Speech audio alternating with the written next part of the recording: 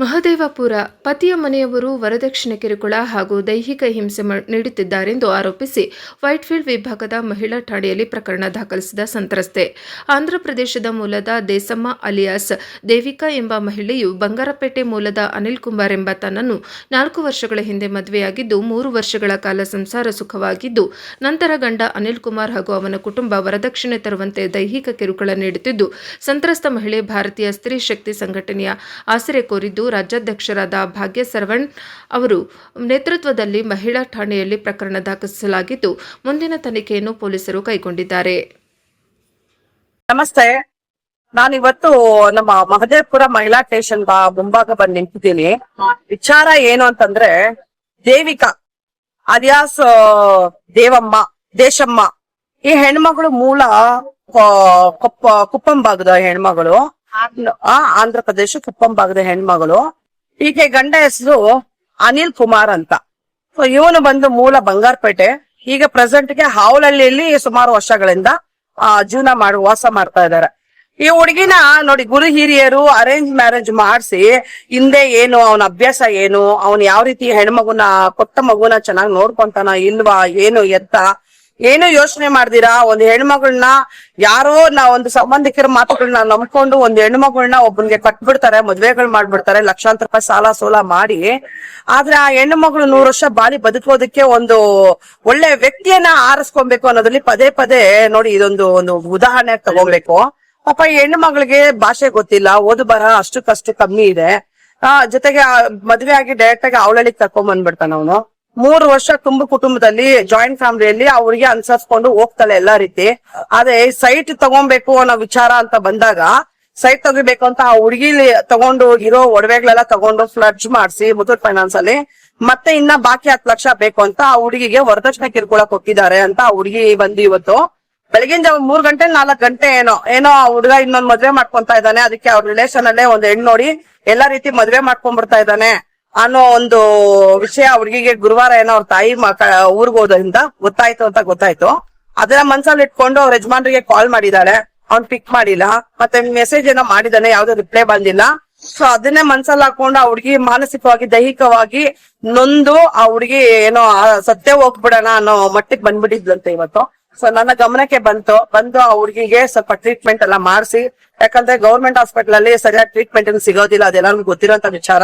ಇವತ್ತು ಈ ಹುಡುಗಿಗೂ ಇದೇ ರೀತಿ ಆಗ್ದಾಗ ನನಗೆ ಯಾರೋ ಮುಖಾಂತರ ನನ್ ವಿಚಾರ ಗೊತ್ತಾಗಿ ಆ ಹುಡುಗಿಗೆ ಟ್ರೀಟ್ಮೆಂಟ್ ಕೊಡ್ಸಿ ಈಗ 3 ಗಂಟೆಗೆ ನಾನು 3:15 ಸಮಯದಲ್ಲಿ ಮಹಿಳಾ ಸ್ಟೇಷನ್ ಹತ್ರ ಬಂದು ಆ ಹುಡುಗಿಗೆ ಆದಂತ ಅನ್ಯಾಯ ಮತ್ತೆ ಆ ಹುಡುಗಿ ಮೇಲೆ ಆಗಿರುವಂತ ವರದಕ್ಷಿಣೆ ಕಿರುಕುಳ ದೈಹಿಕವಾಗಿ ಮಾನಸಿಕವಾಗಿ ಮತ್ತೆ ಒಂದು 3-4 ಸ್ಟೇಷನ್ ಅಲ್ಲಿ ಇದೇ ವಿಚಾರವಾಗಿ ಕೌನ್ಸಿಲಿಂಗ್ ಕೂಡ ಆಗಿದೆ.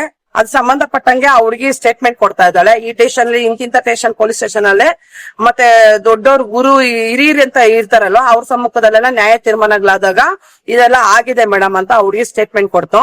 ಸೊ ನಾನು ಒಂದೇ ಹೇಳೋದು, ನೋಡಿ ಈಗಿನ ಜನರೇಷನ್ ಅಲ್ಲಿ ಹೆಣ್ಣು ಮಕ್ಕಳು ಗಂಡ ಬೇಡ ಅಂತಂದ್ರೆ ಯಾವ ರೀತಿ ಇರ್ತಾರೆ ಅನ್ನೋದು ಕೆಲವೊಂದು ಉದಾಹರಣೆಗಳಿಗೆ ಗಂಡಂದ್ರನ್ನೇ ಕೊಲೆ ಮಾಡಿ ಕ್ರೈಮ್ಗಳು ಮಾಡುವಂತ ಹೆಣ್ಣು ಮಕ್ಕಳು, ಜೊತೆಗೆ ಆ ಹುಡುಗಿಗೆ ಗಂಡ ಬೇಕು ಅಂದ್ರಿಂದ ನನಗ್ ನ್ಯಾಯ ಬೇಕು ಅಂತ ನಮ್ಮವರೆಗೂ ಬಂದಿದೆ. ನಾವು ಅವ್ರಿಗೆ ಕೌನ್ಸಿಲಿಂಗ್ ಕೊಟ್ಟು ನೋಡಮ್ಮ ಗಂಡನ ಜೊತೆ ಬದುಕಿರ್ಬೇಕು ಅಂತ, ಯಾಕಂದ್ರೆ ಓಡಿಸ್ಬಿಟ್ಟಿದ್ದ 1 ವರ್ಷದಿಂದ ಮನೆ ಕೆಲಸ ಮಾಡ್ಕೊಂಡು ಪಾಪ ವಯಸ್ಸಾಗಿರೋ ತಾಯಿ ಅವ್ರ ಜೊತೆಗೆ ಬಾಡಿಗೆ ಮನೆ ಕಟ್ಕೊಂಡು ಬಾಡಿಗೆಯಲ್ಲಿ ಇದ್ಕೊಂಡು ಮನೆ ಕೆಲಸ ಮಾಡ್ಕೊಂಡು ಜೀವನ ಸಾಕ್ತಾ ಇದೆ ಪಾಪ ಆ ಹುಡುಗಿಗೆ. ಅಂತ ಹೆಣ್ಮಕ್ಳನ್ನ ಅಮಾಯಕನ ಹೆಣ್ಮಕ್ಳನ್ನ ನೀವು ಬೇರೆ ರಾಜ್ಯಗಳಿಂದ ಕರ್ಕೊಂಡ್ಬಂದು ಇಲ್ಲಿ ಮದುವೆಗಳು ಮಾಡ್ಕೊಂಡು ಇಲ್ಲಿ ಕರ್ಕೊಂಡ್ಬಂದು ಇಲ್ಲಿ ಮಜಾ ಮಾಡಿ ಬಿಡೋದಕ್ಕೆ ಹೆಣ್ಮಕ್ಳೇನ್ ಗೊಂಬೆನ ಆಟದ ವಸ್ತುನ? ನಿಮ್ಮನೇಲೆ ಹೆಣ್ಮಕ್ಳನ್ನ ಯಾರಾದ್ರೂ ಹಿಂಗೆ ಕರ್ಕೊಂಡೋಗಿ ಮದ್ವೆ ಮಾಡ್ಕೊಂಡು 1 ವರ್ಷ 2 ವರ್ಷ 3 ವರ್ಷ ಇಟ್ಕೊಂಡು ಬಿಟ್ಬಿಟ್ರೆ ನೀವ್ ಒಪ್ಕೊಂತೀರಾ? ಇದು ನ್ಯಾಯನಾ? ಅಟ್ಲೀಸ್ಟ್ ನಿಮಗ್ ಬೇಡವಂದಾಗ ಕಾನೂನು ಚೌಕಟ್ಟಲ್ಲಿ ನೀವು ಏನು ಇದಿದೆಯೋ ಅದನ್ನ ಡೈವರ್ಸ್ ತಗೊಂಡು ಹೆಣ್ಮಕ್ಳಿಗೆ ಡೈವರ್ಸ್ ತಗೊಂಡ್ಬಿಟ್ಟು ಕೊಟ್ಬಿಟ್ಟು ನೀನ್ ಬೇರೆ ಮದ್ವೆ ಮಾಡ್ಕೊ. ಈ ಹುಡುಗಿ ಜೀವನ ಹಾಳು ಮಾಡ್ಬಿಟ್ಟು ಇನ್ನೊಂದು ಹುಡುಗಿನ ಜೀವನ ಹಾಳು ಮಾಡಕ್ಕೆ ತಯಾರಾಗಿದ್ದೀರ ಅಂತಂದ್ರೆ ಆತ ಅನಿಲ್ ಅನ್ನೋನ್ಗೆ ಎಷ್ಟು ಮಾತ್ರಕ್ಕೆ ಕಾನೂನ್ ಮೇಲೆ ಭಯ ಇಲ್ಲ ಅನ್ನೋದು ಇಲ್ಲಿ ಸ್ಪಷ್ಟವಾಗಿ ಗೊತ್ತಾಗ್ತಾ ಇದೆ. ಸೊ ಇದನ್ನ ಈಗ ಮಹಿಳಾ ಸ್ಟೇಷನ್ ಅಲ್ಲಿ ಮಾನ್ಯ ನಮ್ಮ ಇನ್ಸ್ಪೆಕ್ಟರ್ ಮೇಡಮ್ ಅವ್ರನ್ನ ಮೀಟ್ ಮಾಡಿ ಹೇಳಿದಾಗ ಕೌನ್ಸಿಲಿಂಗ್ ಕೊಡ್ಬೇಕಾಗತ್ತೆ ಮತ್ತೆ ಒಂದು NCR ಮಾಡ್ಕೊಡ್ತೀನಿ ಅಂತ ಹೇಳಿದ್ದಾರೆ. ಖಂಡಿತವಾಗ್ಲೂ ಅವ್ರಿಗೂ ಮನವರಿಕೆ ಮಾಡಿದಿರಿ. 1ಕ್ಕೆ 10 ಬಾರಿ ಕೌನ್ಸಿಲಿಂಗ್ ಆಗಿದೆ, ಗುರಿಯಿರ್ದೆಲ್ಲ ನಿಂತ್ಕೊಂಡು ನ್ಯಾಯ ತೀರ್ಮಾನಗಳಾಗಿದೆ. ಯಾವುದೇ ರೀತಿ ಅವನು ಹೆಂಡತಿ ಬೇಕು ಅನ್ನೋದು ಮನ್ಸಲ್ಲಿ ಸ್ವಲ್ಪನೂ ಇಲ್ಲ. ದುಡ್ಡಿಗೆ ವ್ಯಾಲ್ಯೂ ಕೊಡ್ತಾ ಇದ್ದಾನೆ, ಆ ಹೆಣ್ಮಗಳಿಗೆ ವ್ಯಾಲ್ಯೂ ಕೊಡ್ತಾ ಇಲ್ಲ. ಇದರಿಂದ FIR ಮಾಡ್ಕೊಡಿ ಮೇಡಮ್ ಅಂದಾಗ, ಇಲ್ಲ ಮೇಡಮ್ ನಮ್ಗೆ ಈ ತರ ಒಂದು ಪ್ರೋಟೋಕಾಲ್ ಇದೆ, ನಮ್ಗೆ ಈ ತರ ಒಂದು ಇನ್ಸ್ಟ್ರಕ್ಷನ್ ಇದೆ ಅಂತ ಹೇಳಿದ್ದಾರೆ. ಖಂಡಿತವಾಗ್ಲೂ ನಾವೂನು ಪೊಲೀಸರವ್ರಿಗೆ ಗೌರವ ಕೊಡ್ತೀರಿ. ಜೊತೆಗೆ ಬಹುಮುಖ್ಯವಾಗಿ ಅವನು 2ನೇ ಮದ್ವೆಗೆ ತಯಾರಾಗಿದ್ದಾನೆ ಅಂತಂದಾಗ ಅವ್ರಿಗೆ ಜೀವನ ಕೊಡ್ತಾನೆ ಅಥವಾ ಕೌನ್ಸಿಲಿಂಗ್ ಮೂಲಕ ನಾವು ಮನವೊಲಿಸೋದನ್ನ ಮತ್ತೆ ಒಂದಾಗಿ ಚೆನ್ನಾಗಿ ಬದುಕ್ತಾರೆ ಅನ್ನೋದು ನಾವು ಪ್ರಶ್ನೆ ಮಾಡ್ಕೊಬೇಕು. ನಾಳೆ ಸೈಲೆಂಟ್ ಆಗಿ ಹುಡುಗಿನ ಏನಾದ್ರು ಸಾಯಿಸ್ಬಿಟ್ಟು ಏನಾದ್ರು ಹೆಚ್ಚು ಕಮ್ಮಿ ಮಾಡ್ಬಿಟ್ರೆ ಹೋಗಿ ಜೀವ ಕೊಡೋಷ್ಟು ಶಕ್ತಿ ಮಾನವರು ನಮಗೆ ಇಲ್ಲ, ಮನುಷ್ಯರಿಗಿಲ್ಲ. ಸೊ ಸೂಕ್ತವಾಗಿ ಆ ಹುಡುಗಿಗೆ ರಕ್ಷಣೆ ಕೊಟ್ಟು ಆ ಹುಡುಗಿಗೆ ನ್ಯಾಯ ಕೊಡಿಸ್ಬೇಕು. ಆ ಹುಡುಗಿ ಪರವಾಗಿ ನಾನ್ ನಿಂತಿದ್ದೀವಿ. ಇಡೀ ನಮ್ ಸಂಘಟನೆಯಲ್ಲಿರೋ ಪ್ರತಿಯೊಬ್ಬ ಹೆಣ್ಣು ಮಕ್ಕಳು ಜೊತೆಗೆ ನಮ್ಮ ಕರ್ನಾಟಕದ ಜನತೆ ನೀವು ನಿಂತ್ಕೊಬೇಕು. ಯಾಕಂತಂದ್ರೆ ಎಲ್ಲೋ ಬೇರೆ ರಾಜ್ಯದ ಹೆಣ್ಣು ಮಕ್ಕಳನ್ನ ಕರ್ಕೊಂಬಂದು ಇಲ್ಲಿ ಮದುವೆ ಮಾಡ್ಕೊಂಡು ಇಲ್ಲಿ ಇಟ್ಕೊಂಡು ಅವ್ರು ಹೆಂಗ್ ಬೇಕೋ ಹಂಗ್ ಬಳಸ್ಕೊಂಡು ದುಡ್ಡು ಬೇಕು ಅನ್ನೋ ಸಾಕಲ್ಲಿ ಇಟ್ಕೊಂಡು ಹೆಣ್ಮಕ್ಳನ್ನ ಹಿಂಗ್ ರೋಡಲ್ಲಿ ಹಾಕ್ತಾ ಇದ್ರೆ, ರೋಡಲ್ಲಿ ಬಿಟ್ಬಿಡ್ತಾ ಇದ್ರೆ ಹೆಣ್ಮಕ್ಳಿಗೆ ರಕ್ಷಣೆ ಯಾರು ಕೊಡ್ತಾರೆ? ಪಾಪ ಬಡವ್ರನ್ನೇ ಚೂಸ್ ಮಾಡಿ ತಗೊಳೋಂತ ಇಂಥವ್ರನ್ನ ಏನ್ ಮಾಡ್ಬೇಕು? ದಯವಿಟ್ಟು ಇವನ್ ಮೇಲೆ FIR ಆಗ್ಬೇಕು. ಜೊತೆಗೆ ಇವನ್ ಜೊತೆ ಇದ್ದಂತ ಫ್ಯಾಮಿಲಿ ಮೆಂಬರ್ಸ್ ಆ ಹುಡುಗಿ ಒಂದೊಂದು ಸ್ಟೋರಿ ಹೇಳ್ತಾ ಇದ್ದೆ, ತುಂಬಾ ಭಯಂಕರವಾಗಿ ಹೇಳ್ತಾ ಇದ್ದಾಳೆ. ಈ ತರ ಎಲ್ಲಾ ಕಿರುಕುಳ ಕೊಡ್ತಾರ ಇವರೆಲ್ಲ ಅಂತ ನನಗೆ ಒಂಥರ ಶಾಕ್ ಆಯ್ತು. ಸೊ ದಯವಿಟ್ಟು ಇಂಥವ್ರ ಮೇಲೆ ಕಾನೂನು ಕ್ರಮ ತೆಗೆದುಕೊಳ್ಬೇಕು. ನಮ್ಮ ಪೊಲೀಸ್ ಅಧಿಕಾರಿಗಳು ದಯವಿಟ್ಟು FIR ಮಾಡಿಸಿ ಅವನ್ಗೆ ಸರಿಯಾದ ಕಾನೂನು ಕ್ರಮ ಜರುಗಿಸಬೇಕು ಅಂತ ತಮ್ಮಲ್ಲಿ ಕಳಕಳಿಯಾಗಿ ವಿನಂತಿ ಮಾಡ್ಕೊಂತ ಇದ್ದೀನಿ. ಇದೇ ಪೊಲೀಸ್ ಸ್ಟೇಷನ್ ಮುಂಭಾಗ ಇನ್ನೊಬ್ಬ ಹೆಣ್ಮಗಳು ಬಂದು ನನಗ್ ನ್ಯಾಯ ಬೇಕು ಅಂತ ಇಲ್ಲಿ ಕುತ್ಕೊಂಡು ಇನ್ನೊಂದು ಮೀಡಿಯಾಗಳ ಮುಂದೆ ನ್ಯಾಯ ಬೇಕು ಅನ್ನೋದು ಪರಿಸ್ಥಿತಿ ಬೇಡ. ಈ ಹೆಣ್ಮಗಳೇ ಅದು ಕೊನೆಯಾಗಿರ್ಲಿ ಅಂತ ತಮ್ಮ ಮುಂದೆ ನಾನು ದಯವಿಟ್ಟು ಕೋರ್ಕೊಂತ ಇದ್ದೀನಿ. ದಯವಿಟ್ಟು ನಮ್ಗೆ ನ್ಯಾಯ ಬೇಕು. ಆ ಹುಡುಗಿ ಪರ ನಾವು ಎಲ್ಲರೂ ನಿಂತಿದ್ದೀರಿ ಅಂತ ಹೇಳ್ತಾ ನನ್ನ ಮಾತುಗಳು ಮುಗಿಸ್ತಾ ಇದ್ದೀನಿ. ಭಾರತೀಯ ಶಿವಶಕ್ತಿ ಸಂಘಟನೆಯ ರಾಜ್ಯಾಧ್ಯಕ್ಷರು ಶ್ರೀಮತಿ ಭಾಗ್ಯ ದ್ರಾವಿಡ್ ಸವರ್ಣ ಅವರು. ನಮಸ್ಕಾರ. ಮತ್ತೆ ಇನ್ನೊಂದು ಬಹಳ ಮುಖ್ಯವಾಗಿ ಇವತ್ತು ನಾವು ಕಂಪ್ಲೇಂಟ್ ಕೊಡೋದಕ್ಕೆ ಅಂತ ಮಹಿಳಾ ಸ್ಟೇಷನ್ ಬಂದಾಗೆ ಕಂಪ್ಲೇಂಟ್ ಕೊಟ್ಟಿದ್ದೀರಿ. ಪೊಲೀಸ್ನವರು ಬಂದು ಆ ಅನಿಲ್ ಕುಮಾರ್ ಅನ್ನೋ ವ್ಯಕ್ತಿಗೆ ಫೋನ್ ಮಾಡಿದಾಗ ಪೊಲೀಸ್ನವರು ಅಂತ ಕೂಡ ಭಯ ಇಲ್ದಿರಾ ರೂಡ್ ಆಗಿ ಮಾತಾಡ್ತಾನೆ, ಒಂಥರ ರೌಡಿಸಂ ಲೆಕ್ಕದಲ್ಲೇ ಮಾತಾಡ್ತಾನೆ. ಏನು ಎತ್ತ ಹೆಂಗೆ ಏನಕ್ಕೆ ಬರ್ಬೇಕು ಅನ್ನೋ ಲೆಕ್ಕದಲ್ಲೇ ಮಾತಾಡ್ತಾನೆ.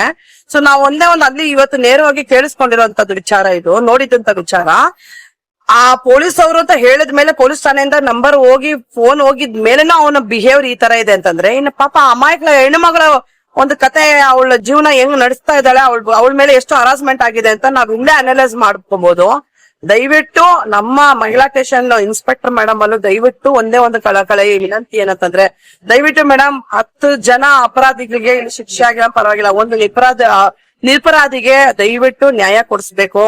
ನಾಳೆ ದಿವಸ ಈ ಒಂದು ವಿಚಾರ ಕಂಪ್ಲೇಂಟ್ ಕೊಟ್ಟ ಹಂಗೆ ಅಂತ ಆ ಹುಡುಗಿ ಮೇಲೆ ಏನ್ ಬೇಕಾ ಮಾಡುವಂತ ಸಾಧ್ಯತೆಗಳು ತುಂಬಾ ದೊಡ್ಡದಾಗಿದೆ. ದಯವಿಟ್ಟು ಅವ್ರಿಗೆ ರಕ್ಷಣೆ ಕೊಟ್ಟು ಅವನ್ ಮೇಲೆ FIR ಬುಕ್ ಮಾಡಿ ಅವನ್ಗೆ ದಯವಿಟ್ಟು ಕಾನೂನು ಕ್ರಮ ತೆಗೆದುಕೊಳ್ಳಿ ಮೇಡಮ್. ನಮಸ್ಕಾರ. ಮದುವೆ ನಮ್ಮ ಹೆಸರು ದೇವಿಕಾ, ನಮ್ದು ಆಂಧ್ರ. ನಮ್ಮ ಗಂಡ ಹೆಸರು ಅನಿಲ್ ಕುಮಾರ್. ನಾವು ಇರೋದು ಈಗ ಆವಳಲ್ಲಿ ಹತ್ರ ಇದೀವಿ. ನಮ್ಮನ್ನ ಮದುವೆ ಮಾಡ್ಕೊಂಡು 4 ವರ್ಷ ಆಯ್ತು. 4 ವರ್ಷದಲ್ಲಿ ನನ್ ಬಿಟ್ಟು 1 ವರ್ಷ ಆಗ್ತಾ ಇದ್ದಾರೆ. ನಾವು ಯಾಕೆ ಬಿಟ್ಟಿದ್ರಂದ್ರೆ ನನ್ನ ಒಡವೆ ಅವ್ರು ಸೈಟ್ ತಗೋಬೇಕಂತ ನನ್ಗೆ ದುಡ್ಡು ಬೇಕಂತ ಕೇಳಿದ್ರು. ಅದಕ್ಕೆ ನಾನು ಒಡವೆಗಳೆಲ್ಲ ಕೊಟ್ಟಿದೀವಿ, ನಮ್ದೆಲ್ಲ ಕೊಟ್ಟಿದೀವಿ. ಆದ್ರೂ ಒಡವೆಗಳೆಲ್ಲ ಕೊಟ್ಟಿದ್ಮೇಲೆ ಇನ್ನೂ 10 ಲಕ್ಷ ಬೇಕಂತ ತುಂಬಾ ಟಾರ್ಚರ್ ಮಾಡ್ತಾರೆ ಸರ್. ಇನ್ನೂ 10 ಲಕ್ಷ ಬೇಕು, ಸಾಕಾಗಲ್ಲ, ನೀವ್ ಹೋಗಿ ನಿನ್ ಊಟದ ಮನೇಲಿ ತಗೊಂಬಾ ಅಂತ ತುಂಬಾ ಟಾರ್ಚರ್ ಮಾಡ್ತಾರೆ ಸರ್. ಇಲ್ಲ ಅಂತ ನಾವು ಒಡವೆಗಳೆಲ್ಲ ಕೊಟ್ಬಿಟ್ಟು ದುಡ್ಡು ಇಲ್ಲ ಅಂತ ನಾವ್ ಹೇಳಿದ್ವಿ.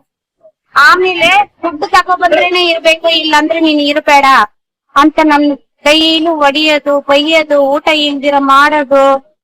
ನಾನು ಪ್ರೆಗ್ನೆಂಟ್ ಆದ್ರೆ ಬಟ್ಟೆ ಮೇಲೆ ಎಗ್ರಿ ತನ್ನೋದು ತುಂಬಾ ಟಾರ್ಚರ್ ಮಾಡಿದ್ರೆ ಸರ್. ಏನ್ ಈ ಜೀವನ ಅಂತ ನಾನು ಸತ್ತೋಗೋಣ ಅಂತ ನಾನು ಎಷ್ಟೋ ಸಲ ಆತ್ಮಹತ್ಯೆ ಮಾಡ್ಕೊಂಡಿದೀನಿ. ಆದ್ರೇನು ಅವ್ರು ಸ್ವಲ್ಪ ಮನುಷ್ಯ ಅಂತ ಏನಾದ್ರೆ ಅಷ್ಟೊಂದು ಟಾರ್ಚರ್ ಮಾಡಿದ್ದಾರೆ. ಅವ್ರ ಅಕ್ಕ ನಾನು ಒಬ್ಳೆ ಮನೇಲಿ ಇರೋ ಟೈಮಲ್ಲಿ ಅವ್ರ ಪರಿಚಯ ಇರೋ ಗಂಡ್ಮಕ್ಳು ಕರ್ಕೊ ಬರೋದು, ಅವಳನ್ನ ರೇಪ್ ಮಾಡ್ಬಿಡು, ಅವಳನ್ನ ಸಾಯಿಸ್ಬಿಡು, ಇವಳು ಒಬ್ಬಳನ್ನ ಇಟ್ಕೊಂಡಿದ್ದಾಳ ಅಂತ ನಾನು ಊರೆಲ್ಲ ಪ್ರಚಾರ ಮಾಡ್ಕೊಂಡ್ ಬರ್ತೀನಿ. ನನ್ ತಮ್ಮನ್ಗೂ ಹೇಳ್ತೀನಿ, ಅವ್ನ್ ನನ್ ಮಾತಿಗೆ ಕೇಳ್ತಾನೆ ಅಂತ ಮಾಡೋದು. ಗ್ಯಾಸ್ ಸಿಲಿಂಡರ್ ಅಲ್ಲಿ ಎಗ್ಲೆಟ್ರು ಲೂಸ್ ಆಗಿ ಇಟ್ಬಿಡೋದು, ನಾನು ಅಡ್ಗೆ ಮಾಡುವಾಗ ಬ್ಲಾಸ್ಟ್ ಆಗ್ಬಿಡ್ಲಿ ಅಂತ ಲೂಸ್ ಆಗ ಇಟ್ಬಿಡೋದು. ತುಂಬಾ ಟಾರ್ಚರ್ ಮಾಡಿದಾರೆ ಸರ್. ಮನೆ ಬೀಗ ಹೊಡೆದಿರ ಡೈಲಿ ಆಚೆ ಇಟ್ಟ ಸರ್. ನಾನು ಒಂದ್ ಮನೆಯಲ್ಲಿ ಕೆಲ್ಸ ಮಾಡ್ಕೊಂಡು ಅವ್ರು ಕೂಡ ಊಟ ತಿಂತ ಇದ್ವಿ ಸರ್.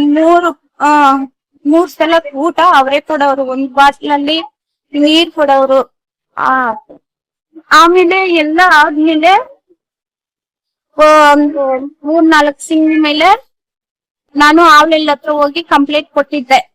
ಕೊಟ್ಟದ್ಮೇಲೆ ನನ್ಗ ಎಂತಿ ಬೇಕಂತ ಕರ್ಕೊಂಡ್ ಹೋಗಿ ಇಷ್ಟು ದಿನ ನಾನು ಬಿಟ್ಟು ನೀನು ಸಪ್ರೇಟ್ ಆಗಿದೀಯಲ್ಲ, ನೀನು ಚೆಕ್ ಮಾಡಿಸ್ಕೋಬೇಕು, ನಿನ್ ಮೇಲೆ ಡೌಟ್ ಇದೆ ಅಂತ ನನ್ ಡೈಲಿ ಹೊಡಿಯೋದು, ಟಾರ್ಚರ್ ಮಾಡೋದು, ತುಂಬಾ ಟಾರ್ಚರ್ ಮಾಡಿದ್ದಾರೆ ಸರ್. ನಾವು ಆಂಧ್ರದಲ್ಲಿ, ಕರ್ನಾಟಕದಲ್ಲಿ, ಅವಳಲ್ಲಿ ಎಲ್ಲ ಕಂಪ್ಲೇಂಟ್ ಕೊಟ್ಟಿದೀವಿ, ಎಲ್ಲ ನ್ಯಾಯ ಮಾಡಿದೀವಿ, ನಿನ್ ಕೈಯಲ್ಲಿ ಏನಾಗುತ್ತೋ ಅದು ಮಾಡ್ಕೋ ಹೋಗೆ ಅಂತ ಬೈಯೋದು. ಕೇರ್ ಮಾಡ್ತಾ ಇಲ್ಲ ಸರ್, ಏನೋ ಒಂದು ನಾಯಿ ತರ ಚೀಪ್ ಆಗಿ ನೋಡ್ತಾನೆ, ಅಷ್ಟೊಂದು ಇದ್ ಮಾಡ್ತಾನೆ. ಏನು ಆಗಲ್ಲ ಇವ್ರ ಕೈಯಲ್ಲಿ. ನಾನ್ ನಿನ್ನ ಹತ್ರ ಈಸ್ಕೊಂಡ್ ಕೂಡ ನಾನ್ ಕೊಡಲ್ಲ, ನೀನು ನನ್ ಬೇಡ ಅಂತ ನನ್ ಕತ್ತಿಡ್ಕೊಂಡು ಅವ್ರ ಅಮ್ಮ, ಅವ್ರ ಅಕ್ಕ, ನಮ್ ಗಂಡ 3 ಜನ ಕತ್ತಿಡ್ಕೊಂಡು ಆಚೆ ತೊಳ್ದಿದ್ದಾರೆ ಸರ್ ನನ್ನ. ನೀನ್ ಸತ್ತೋದ್ರೆ ರೋಡಲ್ಲಿ ಹೋಗಿ ಸತ್ತೋಗು, ನಮ್ ಸಂಬಂಧ ಇಲ್ಲ ಅಂತ ಮಾಡಿದ್ದಾರೆ ಸರ್. ನಿಮ್ ಗಂಡ ಏನ್ ಕೆಲಸ ಮಾಡ್ತಾರೆ? ಅವ್ರ ಹೆಸರೇನು, ಏನ್ ಕೆಲಸ ಮಾಡ್ತಾರೆ? ಅನಿಲ್ ಕುಮಾರ್ ಅವ್ರ ಹೆಸರು, ನಮ್ಮ ಅತ್ತೆ ಹೆಸರು ಪದ್ಮಮ್ಮ. ಡ್ರೈವಿಂಗ್ ಕೆಲಸ ಸರ್ ಮಾಡೋದು ನಮ್ ಗಂಡ. ಯಾರ್ಯಾರ ಮೇಲೆ ಕಂಪ್ಲೇಂಟ್ ಕೊಟ್ಟಿದ್ದೀರಾ ಮೇಡಮ್ ನೀವು? ಇವಾಗ ನಾವು ಕಂಪ್ಲೇಂಟ್ ಕೊಟ್ಟಿರೋದು ನಮ್ಮ ಅತ್ತೆ, ನಮ್ಮ ಮಾಮ, ನಮ್ ಗಂಡ, ನಮ್ಮ ನಾದನೇ ಗಂಡ, ನಮ್ಮ ಚಿಕ್ಕಮ್ಮ, 5 ಜನ ಮೇಲೆ ಕಂಪ್ಲೇಂಟ್ ಕೊಟ್ಟಿದ್ದೀವಿ. ಈಗ ಗೋಲ್ಡ್ ತಗೊಂಡ್ ಹೋದ್ರಂತ ಎಷ್ಟು ಗ್ರಾಮ್ ಇತ್ತು? ಎಷ್ಟು ಹಣ ತಗೊಂಡವ್ರೆ, ಎಷ್ಟು ಗೋಲ್ಡ್ ತಗೊಂಡವ್ರೆ ನಿಮ್ಮ ಹತ್ರ? 150 ಗ್ರಾಮ್ ಗೋಲ್ಡ್ ತಗೊಂಡಿದ್ದಾರೆ ಸರ್. ಹಣ ಏನನ್ನ ತಗೊಂಡಿದ್ರ ಮೇಡಮ್ ನಿಮ್ಮ ಹತ್ರ? ಇಲ್ಲ ಸರ್, ಹಣ ಹಾ,